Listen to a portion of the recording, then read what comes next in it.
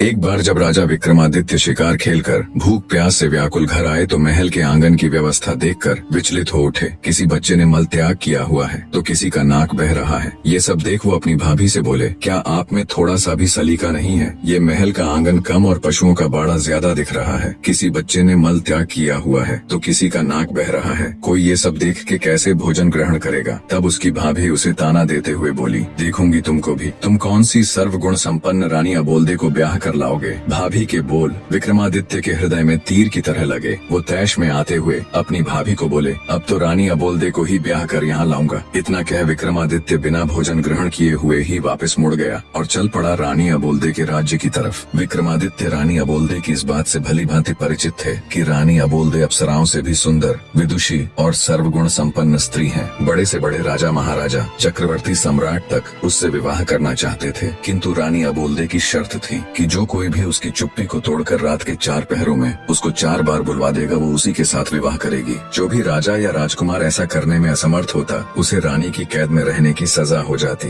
अब तक कोई भी राजा या राजकुमार 4 बार तो क्या, 1 बार भी रानी को नहीं बुलवा सके थे। 111 राजा व राजकुमार रानी को बुलवाने का ये असफल प्रयास कर चुके थे, जो अब उनकी कैद में पड़े थे। रानी अबोल्दे ने अपने महल के सामने एक बड़ा ढोल रखवा रखा था। जो कोई भी राजा या राजकुमार रानी से विवाह करने का इच्छुक होता, उसे डंके की चोट मार उस ढोल को बजाकर आगाज करना होता था। राजा विक्रमादित्य ने चलते चलते एक योजना बनाई। उसके पास 4 ऐसे अदृश्य वीर थे जो उनके हर हुक्म को मानते थे। राजा विक्रमादित्य उन वीरों के साथ शाम होने से पहले ही रानी अबोल्दे के महल के सामने पहुंच गया और डंका उठा, जोर से ढोल पर दे मारा। ढोल की आवाज सुनकर रानी ने अपने सेवकों को आदेश दिया, ढोल बजाने वाले को आदर सहित अतिथि गृह में ले जाए और उचित सत्कार किया जाए। रात का पहला पहर शुरू होने से पहले ही रानी अबोल्दे 16 श्रृंगार कर अपने महल में पलंग पर बैठ गई और सेवकों को आदेश दिया कि राजा विक्रमादित्य को उनके समक्ष लाया जाए। राजा विक्रमादित्य सेवकों के आग्रह पर रानी अबोल्दे के महल में आ गए और अपनी योजना के अनुसार अपने चारों अदृश्य वीरों को उनके अति सूक्ष्म रूप में अलग अलग स्थानों पर बैठा दिया। एक को रानी के पलंग के पास, दूसरे को रानी के मटके के पास, तीसरे को रानी की खिड़की के पास और चौथे को रानी के हार के पास बैठा दिया। और वो खुद भी रानी के समक्ष एक काठ की कुर्सी पर बैठ गए। उन्होंने रानी से बातचीत करने का प्रयास किया, पर रानी अबोल्दे ने कोई जवाब नहीं दिया। वो तो उनके सामने ऐसे बैठ गई जैसे कोई पत्थर की मूर्त हो। तब राजा विक्रमादित्य ने रानी के पलंग की तरफ देखते हुए कहा, अरे भाई रानी के पलंग, रानी तो बोलेगी नहीं, अब तू ही कह कुछ बात जिससे कटे रात। राजा की बात सुन रानी के पलंग पर बैठा उसका वीर बोला, महाराज मेरे में इतना दिमाग कहाँ कि आपको कुछ कह सुनाऊं? हाँ, अगर आप कुछ सुनाएंगे तो हुंकारा जरूर भर दूंगा। राजा विक्रमादित्य बोले, ठीक है तो फिर सुनो। एक राजा के लड़के की दोस्ती एक बनिए के लड़के के साथ हो गई। बाल्य अवस्था से ही दोनों साथ रहने लगे, साथ शिक्षा ग्रहण करते, साथ खेलते कूदते। दोनों की मित्रता इतनी गाढ़ी हो गई कि दोनों एक दूसरे के बिना रह नहीं पाते। समय बीता, दोनों जवान हो गए। एक दिन बनिए के लड़के को उसके पिता ने कहा, बेटा अब तुम युवा अवस्था में आ गए हो, ज्यादा दिनों तक बहू का मायके में रहना ठीक नहीं है। तुम अपने ससुराल जाओ और अपनी पत्नी को ले आओ। पुराने समय में छोटी उम्र में ही बच्चों की शादियां कर दी जाती थीं। जब लड़का लड़की जवान हो जाते तब लड़का लड़की को अपने घर ले आता। बनिए के लड़के ने कहा, पिताजी मैं अपने मित्र राजकुमार जयराज को भी अपने साथ लेकर जाना चाहता हूँ। हमने एक दूसरे से वादा किया है कि हम दोनों एक दूसरे के बगैर कहीं नहीं जाएंगे। बनिया बोला, बेटा मुझे तो कोई परेशानी नहीं है, लेकिन ध्यान रखना तुम्हारी ससुराल में राजकुमार की आव भगत उसकी प्रतिष्ठा के अनुरूप ही हो। बनिए का लड़का चंद्रपाल अपने पिता से आज्ञा ले राजकुमार के साथ अपनी ससुराल की तरफ चल पड़ा, पर मन ही मन उसे पिता की कही हुई बात खाए जा रही थी कि राजकुमार की खातिरदारी उसकी प्रतिष्ठा के अनुरूप न हुई तो कहीं उसे बुरा न लग जाए। रास्ते में एक देवी का मंदिर पड़ता था। मान्यता थी कि वहाँ जो कोई कुछ भी मांगता उसकी मुराद पूरी हो जाती। बनिया और राजकुमार भी जब मंदिर के सामने पहुँचे तो वो भी मंदिर में देवी दर्शन के लिए चले गए। चंद्रपाल ने मन ही मन हाथ जोड़ देवी से प्रार्थना की, हे देवी मेरे लिए मेरे मित्र से बढ़कर कुछ भी नहीं है। मेरी ससुराल में उसकी आव भगत उसकी प्रतिष्ठा के अनुरूप ही हुई तो वापस लौटते समय मैं आपको अपना सिर भेंट कर दूंगा। दोनों चल पड़े और कुछ समय की यात्रा के बाद चंद्रपाल यानी बनिए के लड़के की ससुराल पहुंच गए। चंद्रपाल का ससुर अपने शहर का बहुत बड़ा जाना माना साहूकार था। उनके पास किसी चीज की कोई कमी नहीं थी। उन्होंने अपने दामाद और उसके मित्र की खूब अच्छे से खातिरदारी की और 15 दिनों तक उन्हें जाने नहीं दिया तथा बड़े मान सम्मान के साथ उनकी आवभगत की, जिससे चंद्रपाल और राजकुमार बहुत प्रभावित हुए। 16वें दिन चंद्रपाल के बहुत कहने पर उन्होंने बड़े आदर सत्कार सहित अपनी बेटी के साथ उनको विदा कर दिया। रास्ते में राजकुमार ने अपने मित्र के आगे उसके ससुराल वालों की बड़ी प्रशंसा की। चलते चलते जब वे देवी के मंदिर के सामने पहुँचे तो बनिए का लड़का अपनी पत्नी और मित्र को थोड़ी देर रुकने के लिए कह मंदिर के अंदर चला गया और अपनी प्रतिज्ञा अनुसार उसने अपना सिर काटकर देवी के चरणों में अर्पित कर दिया। जब बहुत देर तक वो नहीं आया तो राजकुमार जयराज उसे देखने के लिए मंदिर गया। उसका कटा हुआ सिर देखकर उसके पैरों नीचे से जमीन खिसक गई। सोचा अगर मित्र ही जिंदा नहीं रहा तो मैं जीकर क्या करूंगा। उसने भी अपना सिर कलम कर लिया। उधर जब नव विवाहिता चंद्रकला को बहुत देर इंतजार करते हो गई तो वो भी किसी अनहोनी की आशंका से मंदिर के अंदर गई। जब उसने वहाँ का नजारा देखा तो उसके होश उड़ गए। उसकी जोरदार चीख से वातावरण दहल उठा। रोते हुए वो देवी के सामने बोली, हे माँ, ये क्या अनर्थ हो गया। अपने पति के बिना मैं ससुराल जाकर क्या करूंगी। सब मुझे ही अभागन कह मेरे ऊपर लांछन लगाएंगे। अब मेरे जीने का भी कोई मतलब नहीं रह गया। जैसे ही उसने तलवार उठाई तभी देवी माँ प्रकट हुई और उसका हाथ पकड़ते हुए उसे ऐसा करने से रोक दिया। तब चंद्रकला बोली, हे देवी माँ, मेरे पति और उनके मित्र की बलि तो आप ले ही चुकी हो। इन दोनों को तो आपने अपना बलिदान देने से नहीं रोका, तो अब मुझे क्यों रोक रही हो। मेरी भी बलि ले लीजिए। और वैसे भी मैं अपने पति के बगैर जीकर करूंगी भी क्या। देवी माँ बोली, मैं तुम्हारे पति की भक्ति, राजकुमार जयराज की दोस्ती और तुम्हारी अपने पति के प्रति निष्ठा और प्रेम देखकर बहुत प्रश्न हूँ। इसलिए मैं तुम्हारे पति और राजकुमार दोनों को जीवन दान देना चाहती हूँ। तुम ऐसा करो, दोनों के शीश उनके धड़ के ऊपर ज्यों के त्यों रख दो। मैं उन्हें पुनर्जीवित कर दूंगी। चंद्रकला ने जल्दी जल्दी से उन दोनों के सिर उठाए और उनके धड़ों के ऊपर रख दिए। देवी माँ ने अपना हाथ उठाकर एक दिव्य प्रकाश की किरण छोड़ी और दोनों जीवित हो गए। उनको जीवित करने के बाद देवी माँ अंतर्ध्यान हो गई। लेकिन जल्दबाजी में चंद्रकला से एक गड़बड़ हो गई। उसने अपने पति का सिर राजकुमार के धड़ के ऊपर रख दिया और राजकुमार का सिर उसके पति के धड़ पर। राजा विक्रमादित्य रानी के पलंग से बोले, रानी के पलंग बताओ, अब चंद्रकला किसकी पत्नी हुई। बनिए के लड़के चंद्रपाल के धड़ वाले की या फिर उसके शीश वाले की। रानी का पलंग बोला, महाराज, मेरे अंदर इतना दिमाग कहाँ कि मैं आपकी ये गुत्थी सुलझा पाऊँ। मैं तो यहाँ पड़ा रहता हूँ एक तरफ। ना कभी रानी मुझे झड़काती है, न कभी बिछाती है। मेरे ऊपर तो धूल जमी रहती है। ये सुन रानी अबोलते गुस्से से बोली, रे पलंग, तेरी ये मजाल। हर रोज तुझे अच्छे से झड़काऊं, हर रोज तेरे ऊपर नई चद्दर बिछाऊं। तू मुझसे तो कभी बात करता नहीं और परदेसियों के साथ तू मेरी झूठी बुराई करता। सुबह होने दे, तेरे 18 टूक न करवाए तो कहना। फिर रानी राजा विक्रमादित्य से बोली, आपके न्याय के बहुत चर्चे सुने हैं, आप ही बताओ चंद्रकला किसकी हुई। तब राजा विक्रमादित्य बोले, हे रानी, चंद्रकला उसके पति के सिर वाले की हुई। रानी के बोलते ही राजा विक्रमादित्य बोले, मार रे ढोलिया ढोल का डंका। रानी अबोलते एक बार बोली। ढोल वाले ने तेजी से ढोल पर डंका दे मारा। डंके की आवाज सुन जेल में पड़े रानी के कैदी भी खुश हो गए, आपस में फुसफुसाने लगे। लगता है आया है कोई मालिक का नेक बंदा जो रानी अबोलते को 4 बार बुलवाकर हमें भी इस कैद से आजाद करवा देगा। रानी फिर से एक पत्थर की मूर्त की तरह चुपचाप बैठ गई। राजा विक्रमादित्य रानी के मटके के ऊपर रखे वीर से बोले, भाई रानी के मटके, रात का एक पहर तो रानी के पलंग ने कटवा दिया, अब तुम भी कुछ कह सुनाओ, ऐसे तो ये रात कटेगी नहीं। तब रानी के मटके के ऊपर रखा हुआ वीर बोला, महाराज, मेरे अंदर इतनी बुद्धि कहाँ कि मैं आपको कुछ कह सुनाऊं। हाँ, आप कुछ कहेंगे तो हुंकारा जरूर भर दूंगा। तब राजा विक्रमादित्य बोले, अगर ऐसी बात है तो सुनो फिर। बचपन में साथ खेलने कूदने वाले राजा और साहूकार के पुत्र में बहुत गहरी मित्रता थी। नादान उम्र में दोनों ने एक दूसरे से वादा किया, जिसकी शादी पहले होगी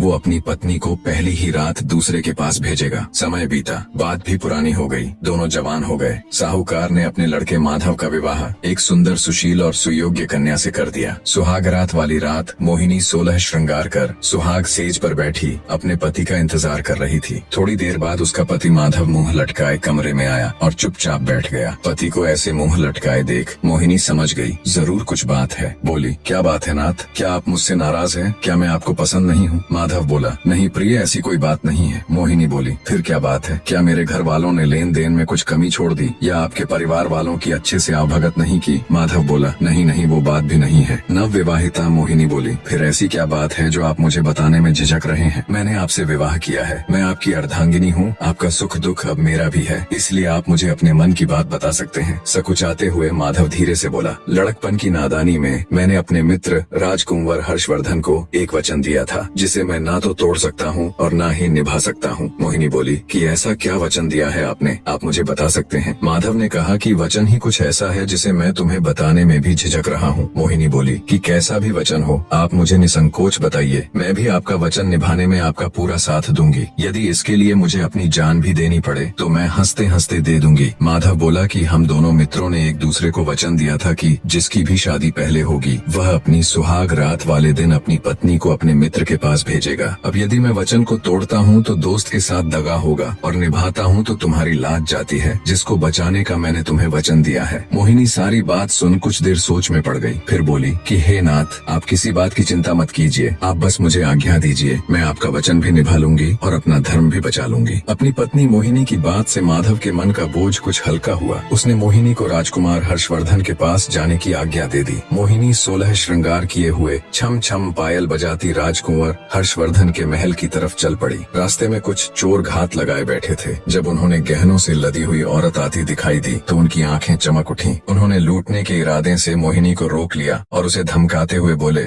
चुपचाप अपने सारे गहने उतार कर हमें दे दो, नहीं तो हम तुम्हारी हत्या करके सारे जेवर ले लेंगे। मोहिनी हाथ जोड़कर बोली, कृपा करके अभी मुझे छोड़ दीजिए, अभी मैं किसी बहुत आवश्यक काम से जा रही हूँ, जिसके लिए मेरे शरीर पर इन गहनों का होना अत्यंत आवश्यक है। मैं वचन देती हूँ, जब मैं वापस आऊंगी तो खुद तुम्हें ये सारे गहने उतार कर दे दूंगी। आपको दिया हुआ वचन मैं जरूर निभाऊंगी। चोरों ने कुछ सोच विचार कर उसे जाने दिया। मोहिनी जल्दी ही राजकुमार हर्षवर्धन के महल की सीढ़ियाँ चढ़ती हुई उसके कक्ष के सामने पहुँच गयी। मोहिनी जब अपनी पहली ही रात को किसी दूसरे आदमी के कमरे में जा रही थी, बस उसके मन में यही चल रहा था, कैसे भी करके अपनी पति का मान और अपनी लाज दोनों रखनी है। वो हर्षवर्धन के महल की सीढ़ियाँ चढ़ते हुए उसके कक्ष में पहुँच गई। राजकुमार हर्षवर्धन अपने कक्ष में अपने पलंग पर गहरी नींद में सो रहा था। मोहिनी ने उसके पैर का अंगूठा मरोड़कर उसे उठाते हुए कहा, जागो कुंवर सा जागो। राजकुमार हर्षवर्धन सकपका कर बैठा हो गया। अपने सामने 16 श्रृंगार किए किसी अप्सरा के समान सुंदर स्त्री को देखकर वह चौंक गया। लगा जैसे कोई सपना देख रहा हो। आंखों को बार बार मला तो देखा, ये सपना नहीं बल्कि हकीकत है। सच में एक सुंदर नार उसके सामने खड़ी है। उसने बड़ी विनम्रता से पूछा, हे देवी, आप कौन हैं और कहां से आई हो? इस तरह रात्रि के इस वक्त मेरे शयन कक्ष में आने का आपका प्रयोजन क्या है? तब मोहिनी ने कहा, मैं आपके मित्र माधव की नव विवाहिता पत्नी मोहिनी हूँ और उनका दिया वचन निभाने आई हूँ। हर्षवर्धन बोला, वचन? कैसा वचन? मोहिनी बोली, आपके और आपके मित्र के मध्य लड़कपन में यह तय हुआ था कि जिसकी शादी पहले होगी वह सुहागरात वाले दिन अपनी पत्नी को अपने मित्र के पास भेजेगा।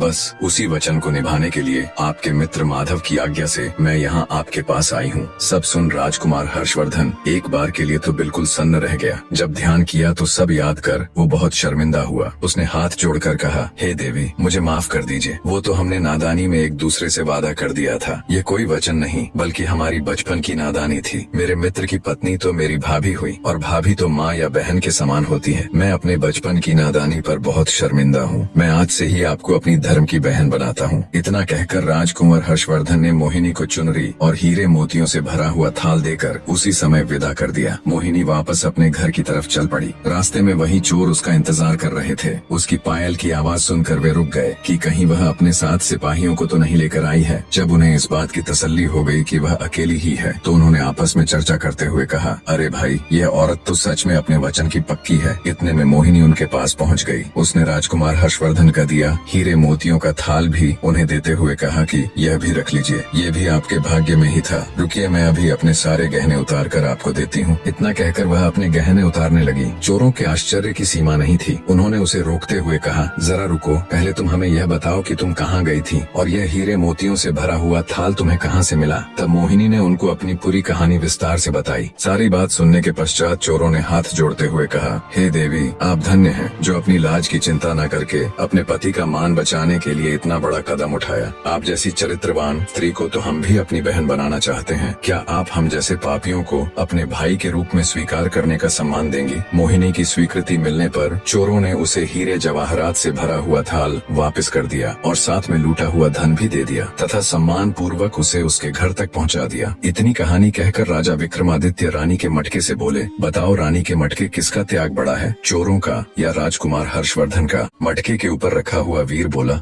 महाराज, मेरे अंदर इतनी बुद्धि कहाँ कि मैं आपको ये बता सकूं किसका त्याग बड़ा या छोटा है।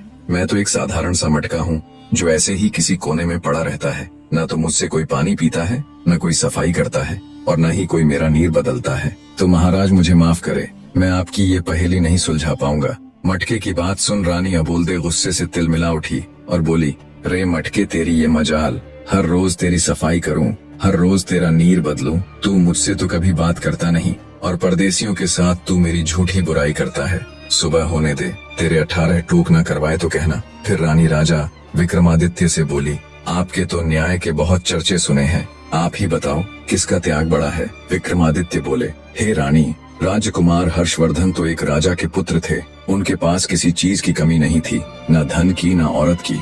एक थाल देने से उसका भला क्या कम होगा। पर चोरों ने न केवल मोहिनी को लूटने से छोड़ दिया, बल्कि साथ साथ अपना लूटा हुआ सर्वस्व धन भी उसे दे दिया। तो चोरों का त्याग राजकुमार हर्षवर्धन से बड़ा था। राजा विक्रमादित्य की बात से पूरी तरह सहमत हो रानी एक बार फिर से सतर्क होकर बैठ गई। राजा विक्रमादित्य ने मुस्कुराते हुए कहा, मार रे ढोलिया ढोल को डंका। रानी अबोल दे दूसरी बार बोली।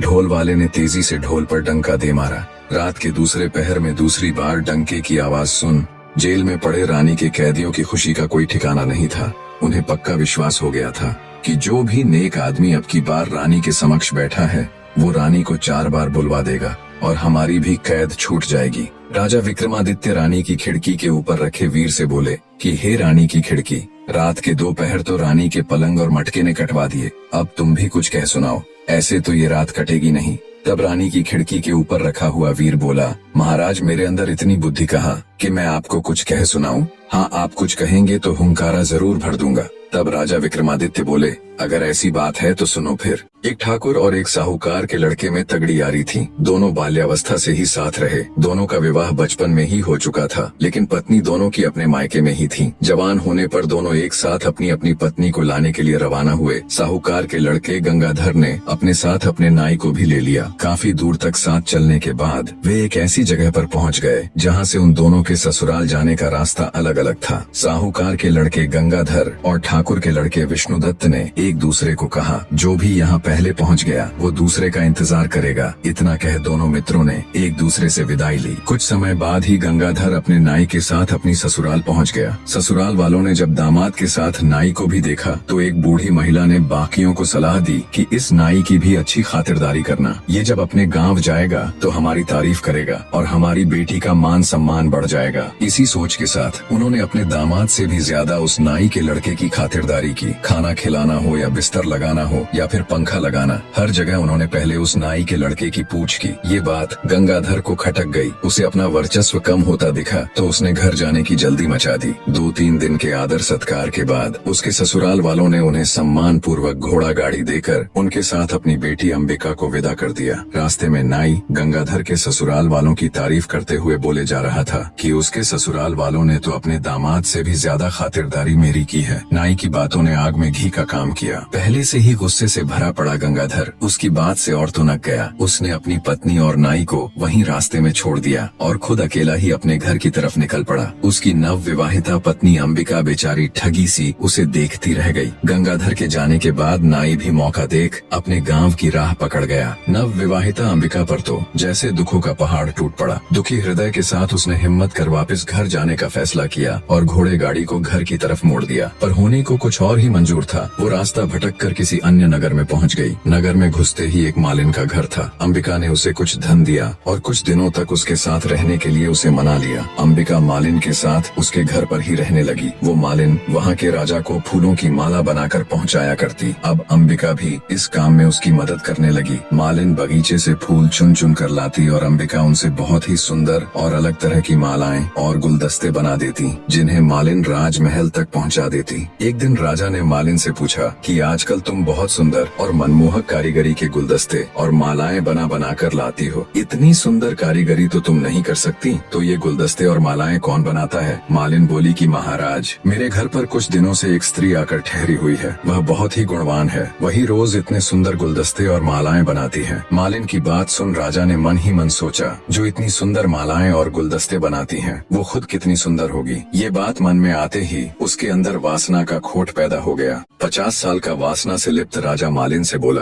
तुम अभी अपने घर जाओ और उस स्त्री को मेरे सामने हाजिर करो। मालिन अंबिका के पास गई और उसे राजा भानु प्रताप का हुक्म सुनाया। अंबिका ने ये कहते हुए मना कर दिया कि मेरा राजा के पास क्या काम, पर मालिन थोड़े ही न राजा के हुक्म को फेर सकती थी। वो कह सुनकर विनती करके अंबिका को राजमहल ले गई। जब राजा ने अंबिका के रूप और सौंदर्य को देखा तो वो उस पर पर मोहित हो गया। उसकी कोई भी रानी इतनी सुंदर और गुणवान नहीं थी। राजा ने तुरंत अंबिका को अपने महल में भिजवाने का हुक्म दे दिया। अंबिका ने विनती करते हुए राजा से कहा, हे राजन, आप तो इस नगर के मालिक हो, इस नाते से आप तो मेरे पिता के समान हुए, फिर आप मुझे अपने महल में कैसे रख सकते हैं? राजा भानु प्रताप बोला, तुम हमारे नगर की नहीं हो, इसीलिए हम तुम्हारे पिता नहीं हो सकते, तुम्हें हमारे महल में रहना ही पड़ेगा। जब बहुत समझाने पर भी राजा भानु प्रताप नहीं माना तो अंबिका ने कहा कि महाराज, मैं एक विवाहिता हूँ, मेरे पति ने मेरा त्याग कर दिया था। एक विवाहिता स्त्री के साथ रहने से आपको भी पाप लगेगा। आप मुझे 6 माह का समय दे दीजिए। यदि इस बीच मेरा पति मुझे लेने नहीं आया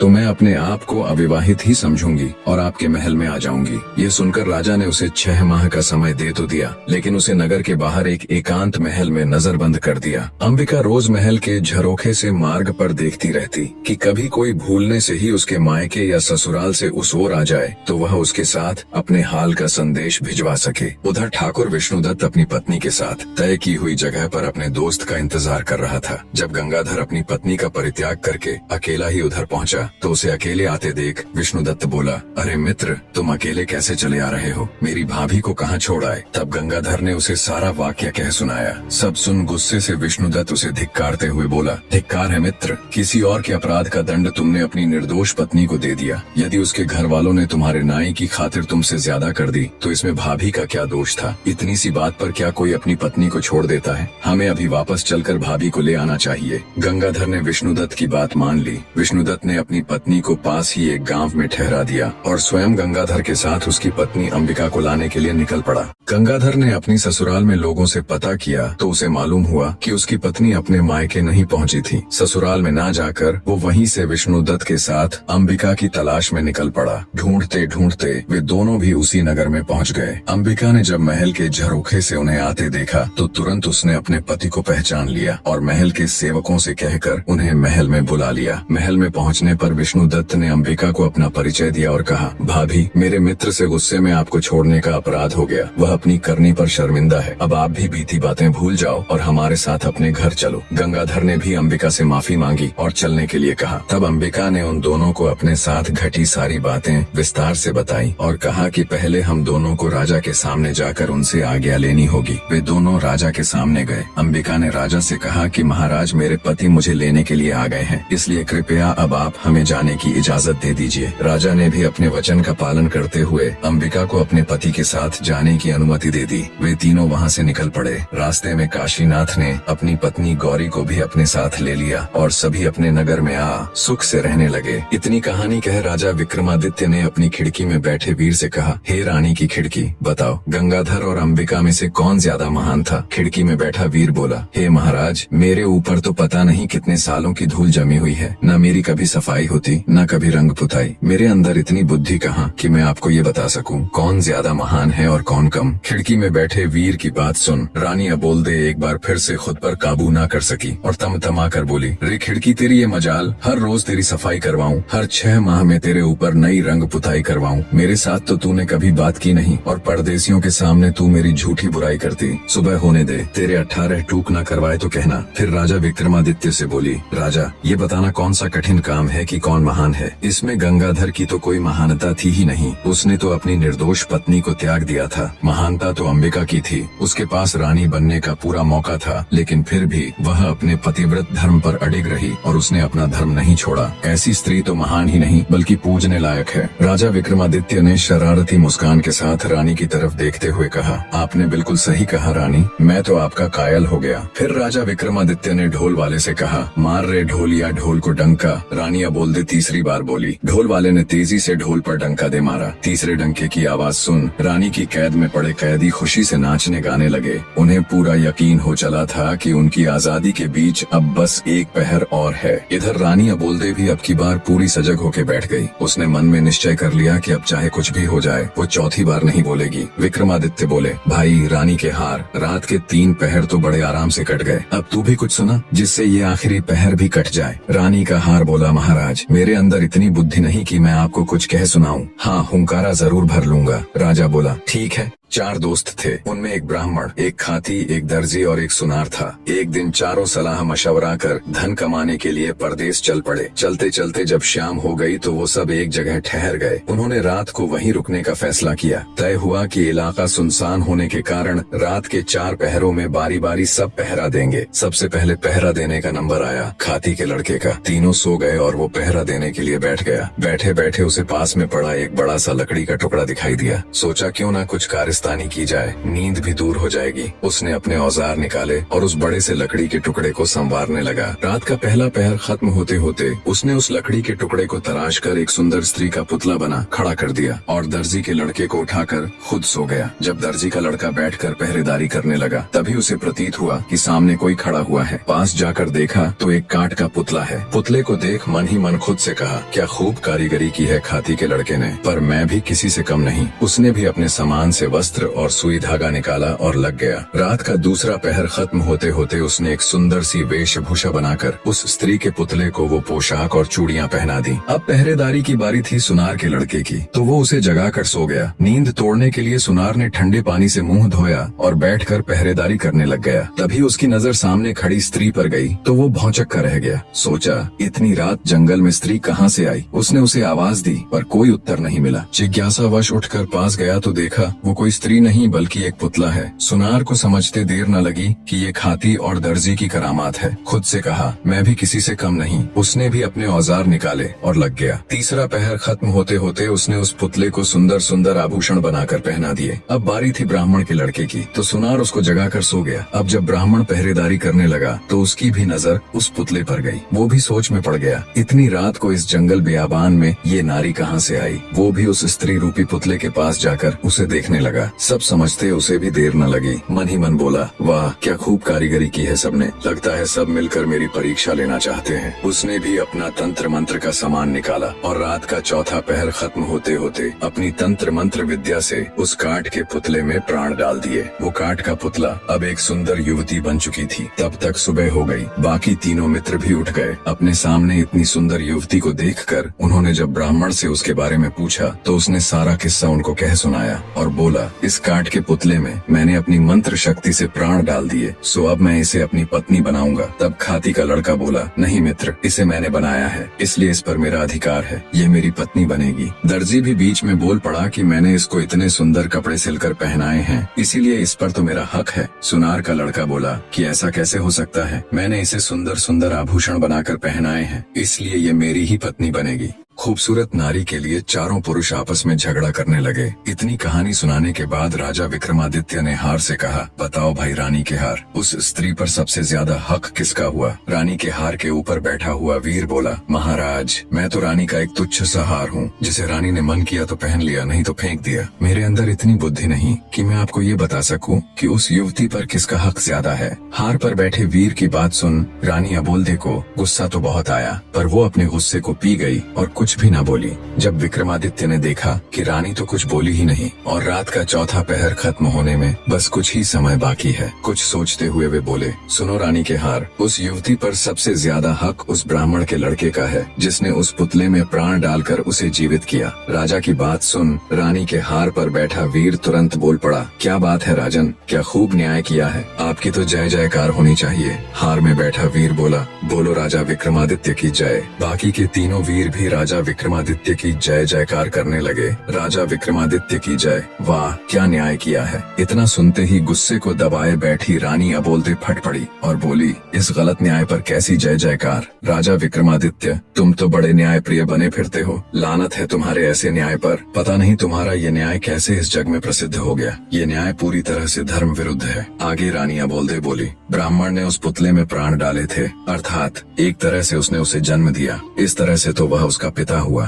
तो एक पिता अपनी पुत्री से विवाह करे, इससे बड़ा नीच कर्म और क्या हो सकता है। धर्म के अनुसार कोई भी स्त्री केवल उसी की पत्नी हो सकती है जो उसको चूड़ियां पहनाता है, और पुतली को चूड़ियां दर्जी के लड़के ने पहनाई थी, तो धर्मानुसार वो युवती उसी की पत्नी हुई। रानी की सारी बात सुन राजा विक्रमादित्य ने शरारत से हंसते हुए रानी अबोल्दे की तरफ देखते हुए कहा, वाह वाह बहुत खूब रानी, आपने तो बिल्कुल धर्मोचित न्याय किया है। उस युवती का पति वो दर्जी ही हो सकता है। और माफ करे रानी साहिबा, आप 4 बार बोल चुकी है, तो आपका पति तो केवल मैं ही हो सकता हूँ। अब तो बस चलने की तैयारी करो। राजा विक्रमादित्य की बात सुन रानी अबोल्दे ने शर्मा कर अपनी आंखें झुका ली। राजा विक्रमादित्य हर्षोत्साहित हो बोला, मार रे ढोलिया ढोल को डंका। रानी अबोल्दे चौथी बार बोली। ढोलिये ने डंका उठा ढोल पर दे मारा। रानी अबोल्दे ने वायदे के अनुसार उसकी कैद में बंद सभी राजाओं और राजकुमारों को सम्मान सहित उनका राजपाट लौटाते हुए उनको मुक्त कर दिया। बड़े धूमधाम से रानी अबोल्दे की शादी राजा विक्रमादित्य के साथ हो गई।